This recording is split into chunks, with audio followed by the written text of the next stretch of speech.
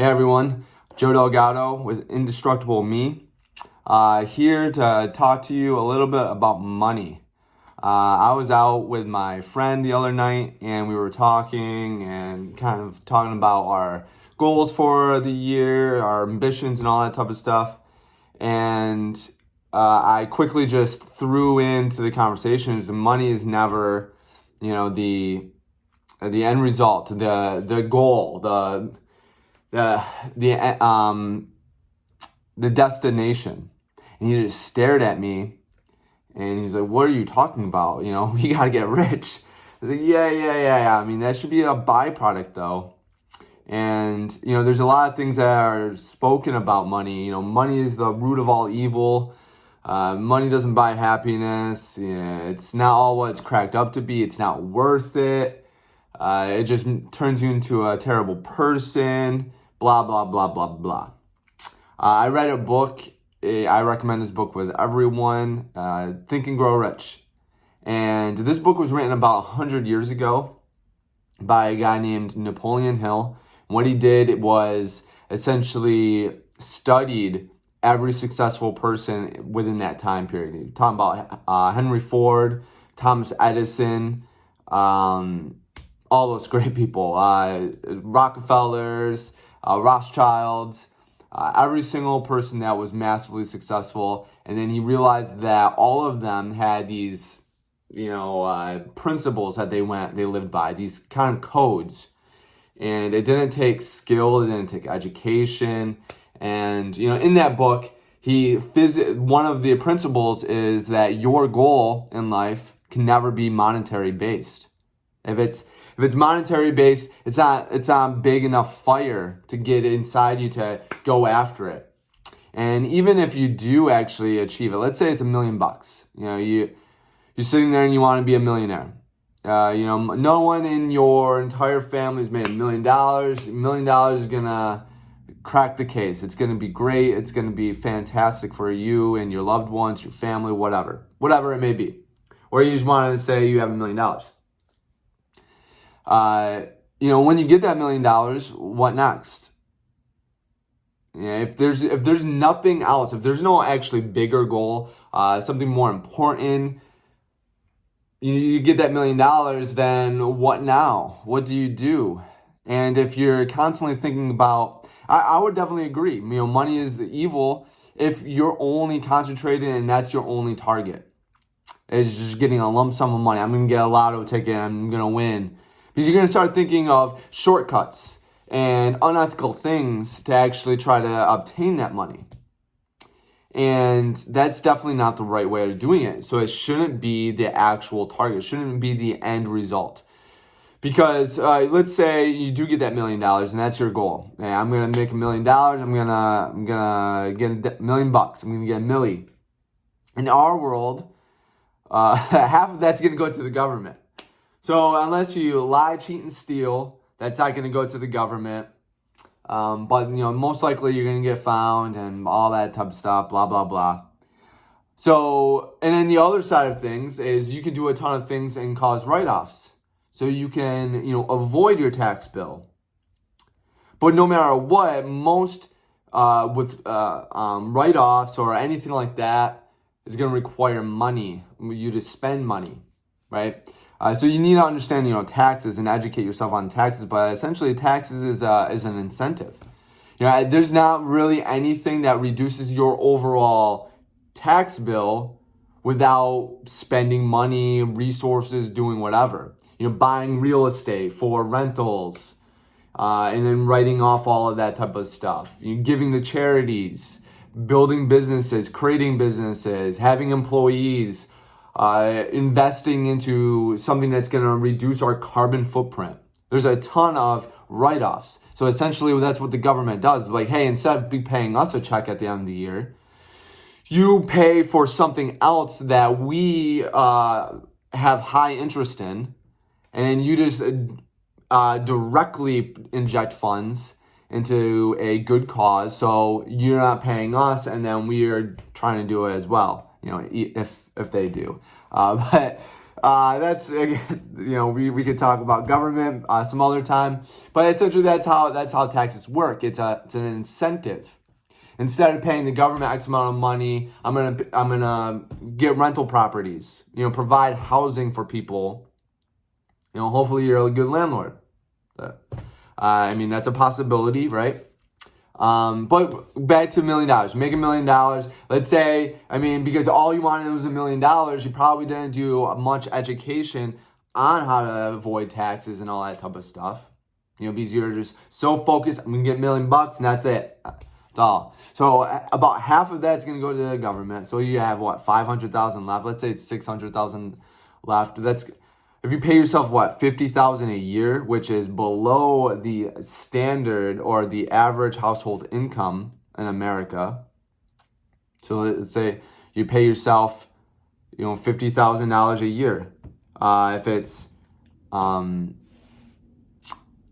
that's gone in 10 years, 12 years if it's 600,000. So and that's not taking into consideration of anything else that can happen. We all know that life happens, right? That doesn't give you a safety net for medical expenses. Let's say you have a kid. Those are a couple $100,000 in costs too. So many things. Your car breaks down, you need a new car. You own a home and you have to take care of expenses, all that type of stuff. So cash flow, Grant Cardone, I'm a huge advocate of that dude. Cash flow is king, cash is trash. But again, my main point of saying all of that is the end result should never be about money. It should be a byproduct. You should be going after something that you're inspired to go after. A problem or a situation.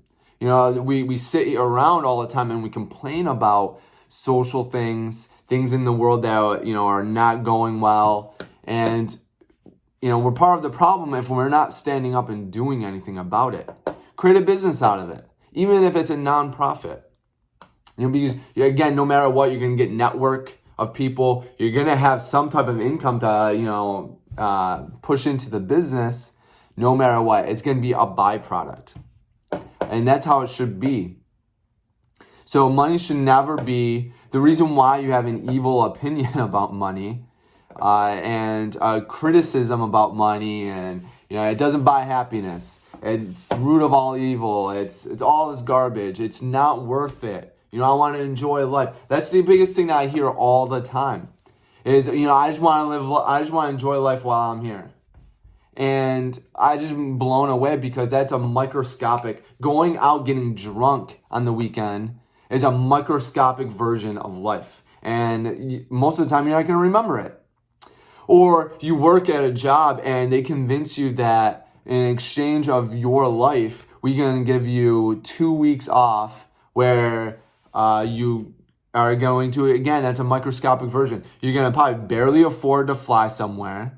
It's going to take you about a day of traveling and all that type of stuff. You spend a couple of days there. Don't actually get to enjoy everything because you're probably low on funds for actually splurging and going out there and enjoying yourself. And then another day of travel back. And then boom, you're right back into the same vicious cycle. Money is necessary. It's needed in our life every single day. Whatever you want in life, money is needed.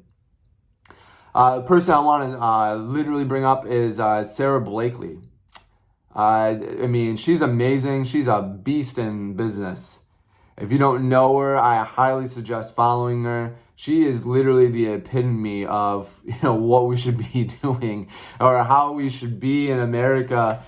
She has a loving family, 4 kids, amazing, based on what I can see anyways, a great marriage. Jesse Itzler, he's a great dude too, does a lot of great things. And she's not that old. She's not even old. I think she's like 40. And about 20 years ago, in her early 20s, she worked for a company, wasn't really happy. So she decided to start a company, Spanx. Most of you, if you don't know Sara Blakely, but you know Spanx, there you go. She created Spanx. So she took a deep dive and risk on herself. She created, an entire organization, on her own. And along the way, she had 4 kids, married, loving relationship. It's literally just absolutely adorable on how she's this monster in this business world, and she, she's just living the best life. And the reason why I'm bringing her up is because she literally just posted, so it was 21-year anniversary in October, this past October. So just a little over 20 years. Wow. She sold Spanx, a majority share, or it's a private company. She sold the company for $1.4 billion. That's with a B, $billion. It's 20 years of hard work, 20 years of sacrifice. Not even that much sacrifice, because she had kids, she got married, and that's thriving. All of that's thriving. But she probably sacrificed going out. She read books instead of deluding herself with TV and all that type of stuff. Maybe she didn't. I don't know. I haven't been around her in her personal life or anything. So I can only assume, because what things that have worked in my life, it's probably, a little bit more intensified, because I'm not a billionaire yet. But $1.4 billion. And again, money is not going to buy happiness. Money is like all of this stuff, which is absolutely true. But you know what? That $1 billion, and again, most of that's probably going to taxes, right? And most of that is probably going to pay off debts and blah, blah, blah, and all that type of stuff. She's probably going to still stash away a couple $100 million when it's all said and done. But you know what that is going to pay or buy her? Time. Kids are young. Her husband's going off conquering the world. And I think it was an interview or her social media post about this celebration, is that the main reason that she wanted to do it was to deep dive, go all in, and spend a majority of her time with something that she's extremely passionate about, and that's empowering women in business, getting them into business, how to start businesses, and supporting women in business. Hashtag Women in Business Wednesday, which is amazing. So again, money wasn't the end product, but it's a tool that's going to be used to fuel something that's going to fulfill her dreams, or create a legacy. She's already created a legacy, but even more of that. She's gonna have time now to spend with her kids, with her husband, support him in his ventures, create new businesses, go and speak at events, support and do all of these great things. What can you do? What can you improve into this world with $1 billion, $100 million, $1 million? That's the aspect of money. That's the aspect of going after it, becoming wealthy, getting rich. My end goal is to have a nonprofit. I want to help people. I want to absolve all of this brainwashed garbage and help people get into the right mindset, so they're not bogged down. They can take control of their lives. They can go after it, become successful, regardless of the elements that's presented to them in life. Regardless of anything else, they're indestructible. That's why I named my brand Indestructible, because that's what we need to do. We need to become indestructible, resilient. But money is never the end product. Create a long-lasting legacy. Money is going to come along. Network, fame, whatever, all that type of stuff. Fix something. There's billions of problems on this world. Fix one. Stop complaining, stand up, and go after it. No one's going to come to your door and give you your dreams. You got to take care of it. You got to do it yourself. Stop hating money. Stop hating money. Know that it's necessary. It's a need. You got to get it. It's a tool to get you everything else that you want and accomplish great things. Take control of your life. Take control of issues that you want to take care of and complete and get rid of. Abolish it. Stop the hate. Spread the love. Be great, everyone.